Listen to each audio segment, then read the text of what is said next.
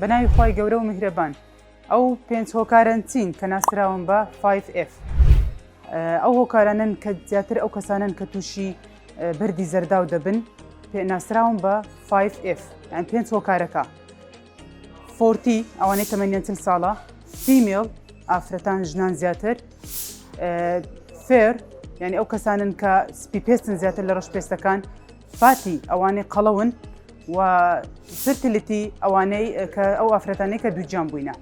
ئێستا نەخۆشێکمان هەیە تەمەنی 43 ساڵە ئافرەتە بەهۆی بوونی ژمارەیەکی زۆر لەبەر لە توورەگەی زەرداویدا بڕیارماندا نەشتەرگەری بۆ ئەو نەخۆشە ئەنجام دەین.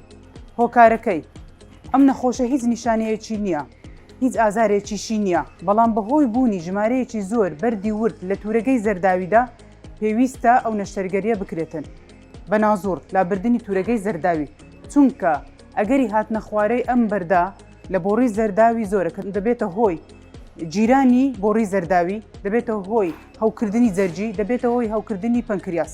ئەمەش وا دەکە نەخۆشەکە ژیانی بخاتە مەترسیەوە. بۆیە بە پێویستمان دەزانی کە ئەو نەخۆشانەی کە بەردی زەرداویان هەیە ژماری بەردەکانیان زۆر زۆر وردن، پێویستە نەشتەرگەری لابردنی توورەگەی زەرداوی بکەن.